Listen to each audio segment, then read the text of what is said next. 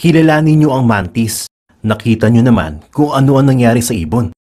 Sa totoo lang, di basta-basta kakaiba ang mga mantis. Ang mga insektong ito ay killing machines. Maliksi, mabilis at walang awa. Bukod sa pagpatay ng mga mantis sa kauri nila, pinapatay rin nila ang mga ibon, maliliit na ahas at kaya nila makipaglaban sa pusa. Pero ano ba talaga ang dahilan?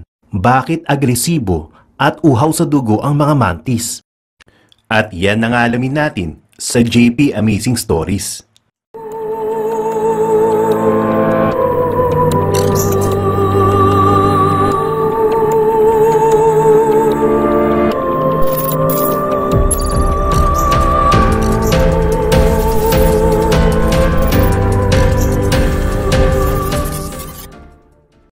Kadalasan, madaling intindihin ang food chain ng animal world. Ang pusa kinakain ng daga at ang butike ay kumakain ng insekto. Pero iba ang sitwasyon ng mantis. Ang matinding opensa ng mantis ay ang kanyang biglaang pag-atake.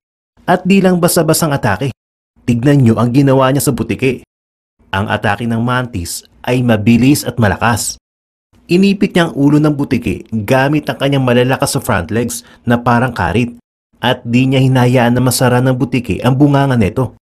At ayun na nga, inumpisa na ng mantis na kagatin at kainin ng paunti-unti ang bunganga ng butike.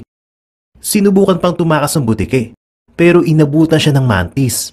Ang ending, persahang binali ng mantis ang leeg ng butike. At ipinagpatuloy ng mantis ang pagkain sa kawawang butike. Dahil dito, maituturing na ang mantis ang talagang hari ng insect world. Gamit ang kanilang malakas at matalim na front legs, kayang hatakin ng mantis ang kahit na anong maliit na hayop o kapwa insekto. Mahilig rin mag-setup ng ambush ang mga mantis at kaya nila magkubli sa mga dahon at sanga. Mag-aabang lang sila habang nakatago gamit ang kanilang natural camouflage. Masyado ring mabilis ang mga mantis at halos di mahuli ng ating mga mata ang kanilang paggalaw. At ang katawan ng mantis ay nakadisenyo na pang-killer talaga. Malata at sulok ang ulo nito at mahaba ang mga leeg. Tamang-tama para maabot ang kanyang mga biktima. Masasabi talaga natin na kompleto ang kakayahan ng mantis na maghanap ng target kahit kailan at kahit saan. Nakakaikot din ang ulo ng mantis ng 180 degrees at kaya nitong makita ang buong kapaligiran gamit ang dalawang malaking mata at tatlong maliliit pang mga mata. Talaga namang walang makakawala sa matinik at matikas na mantis. Idagdag pa ang matatalim na forelegs ng mantis na puno ng matatalim na spikes. Dahil sa mga spikes, matindi ang kapit ng mantis sa kanyang biktima. Kahit gaano pa ito kalaki. Grabe talaga itong mantis. Paborito ng mantis ang ibang mga insekto, pero alam nyo ba na kinakain din ng mantis ang kauri niya? Nangyayari ito dahil sa kakaibang mating behavior ng mga mantis. Ang babaeng mantis habang nakikipagtalik sa lalaking mantis ay bigla na lamang lulusubin at kakainin ng kapareha. Pero matatapang ang mga lalaking mantis. Kahit na pwede silang kainin ng babaeng mantis, handa pa rin silang makipag-breed. Di takot mamatay ang mga mantis, alang-alang sa pag-ibig o pagpapakalat ng lahi. Isa pang nagpapatunay ng katapangan at kabagsikan ng mantis ay ang pag-atake nito sa mga maliliit na ahas.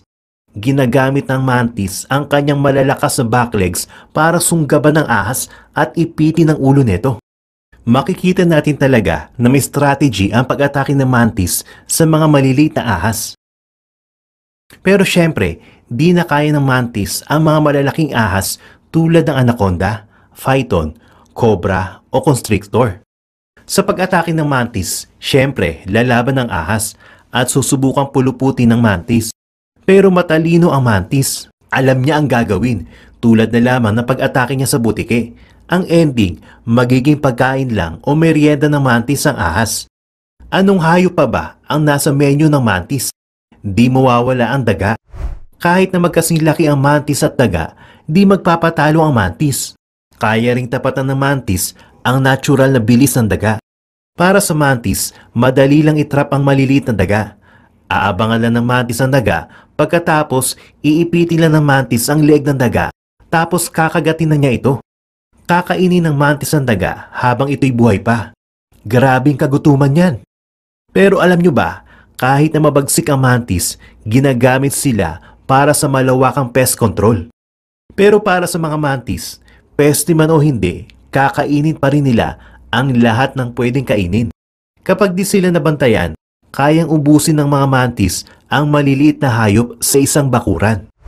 Naalala nyo ba ang kawawang ibon sa umpisa ng video? Ang ibon ay hindi ang una't huling kakaibang biktima ng mantis.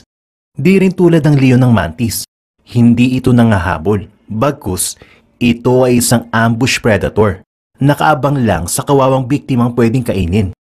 At ang ibon sa umpisa ng video, nakaligtas ito. Salamat na lamang sa pagdating ng isang tao at sa pagpitik niya sa ambush predator na mantis. Isang hummingbird ang nakaligtas dahil sa human intervention. Pero ang mga iba pang mga hummingbird, minalas sila. Alam ng mantis na tumambay sa feeder ng mga hummingbird. Nakasabit at nakatambay lang ang mantis. Hinihintay ang pagdating ng mga hummingbird para naghihintay lang sila ng pizza delivery. Matalino rin ng mantis. Kalkulado ng ambush predator ang kanyang galaw, bilis at lakas, taliwas sa observation ng mga scientists. Akala ng mga scientists na nakaprogram ang paggalaw ng mantis at sinuswerte lang ito sa pag-ambush. Base sa mga experiment, napansin ng mga scientists na kayang baguhin ng mantis ang kanyang galaw depende sa bilis sa pag-iwas ng biktima. Kapag di tumama ang mantis, babaguhin niya ang kanyang galaw at aataking muli hanggang matamaan ang target. Kung hindi lang dahil sa slow motion, di natin makikita ang mabilis sa paggalaw ng mantis. Sa totoo lang, ang mantis ay isang universal hunter. Kaya nitong atakihin ang lahat kahit siya ay maliit. Tignan nyo, panoorin nyo ang pag-atake ng mantis sa isda. Di man lang nakagalaw ang isda. Di ba dapat di kumakain ng isda ang insekto? Panoorin nyo rin ang pag-atake ng mantis sa palaka. Parang gustong isigaw ng palaka na hindi dapat kumakain ng palaka ang isang insekto. Baliktad na yata. Pero walang pakialam ang mantis. Gutom kasi siya. Ang isang katulad ng mantis ay ang honey badger. Lahat ay kinakain ng honey badger at handa rin itong makipaglaban para makakain ng maayos. At natatandaan nyo ba ang mantis sa Kung Fu Panda? Sinadya ng scriptwriter na isama ang mantis sa pelikula. At ang mantis ay naging inspirasyon rin sa Chinese martial arts. Ang style ng Northern Praying Mantis at Southern Praying Mantis ay hangong sa mga galaw ng insekto mantis. Magkaibang dalawang style na ito, ngunit nakabalanse sila sa opensa at depensa. Di lang sa pag-atake magaling ang mantis. Kapag nakaharap na mas malaking predator ang mantis, pinapalawak nito ang kanyang pakpak at mga kamay para magmukha siyang malaki at nakakatakot. Ang iba pang uri ng mantis ay may kakaibang exoskeletal pattern, dagdag panakot sa mga malalaking predator. At pag di malinlang ang predator, umaatake ang mantis para takutin ang predator at para siya ay makatakas. Maliit man ang bunganga ng mantis, ito ay matalim pa rin at kaya makasugat. Kaya rin mag-hiss ng mantis na parang ahas sa pamamagitan ng paglabas ng hangin sa kanyang abdominal airway. Dahil sa angking kakayahan ng mantis, di siya takot sa kahit na anong predator, ibon man, ahas o kahit na malaking pusa. Tignan nyo naman kung paano depensa ng mantis ang kanyang sarili mula sa pusa mapaglaro.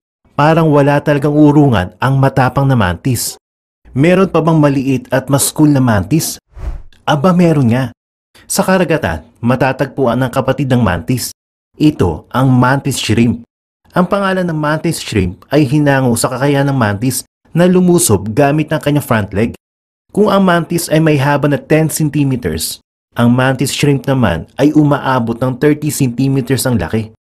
Ang kaibahan lamang, mas mabilis ng 50 times sa pag-atake o pagsapak ng mantis shrimp.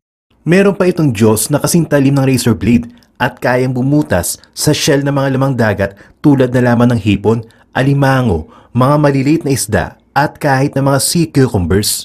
At dahil pwedeng lumaki ang mantis shrimp, kaya rin itong targetin ang mas malalaki pang lamang dagat tulad na lamang ng octopus. Panoorin nyo kung paano atakihin ng mantis shrimp ang kawawang octopus ng paulit-ulit. Atras na lang ang octopus dahil wala itong laban sa mabibilis na suntok na mantis shrimp. Good luck na lang sa octopus at sana ay di niya makasalubong ang isa pang gutom na mantis shrimp. Ang isang sea creature na pwede lumaban sa mantis shrimp ay ang snapping shrimp. Mas maliit ang snapping shrimp pero malaki ang front claws nito, saktong-sakto sa pag-atake. Ang front claw ng snapping shrimp ay ang kanyang primary weapon at ito ang ginagamit niya sa paghahanap ng pagkain.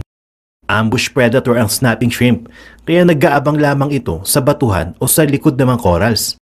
At kapag may target na nag-umpisa lumapit, gagamitin ng snapping shrimp ang kanyang front claw para gumawa ng matinding water pressure.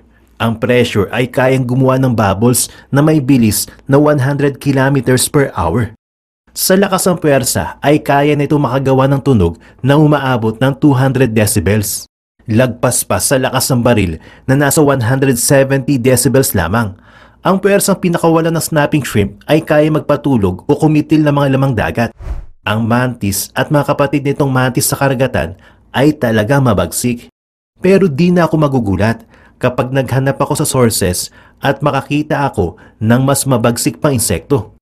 Ganyan nga naman sa mundo ng insekto at hayop. Laging mayroong mas magaling, mas mabagsik at mas kakaiba.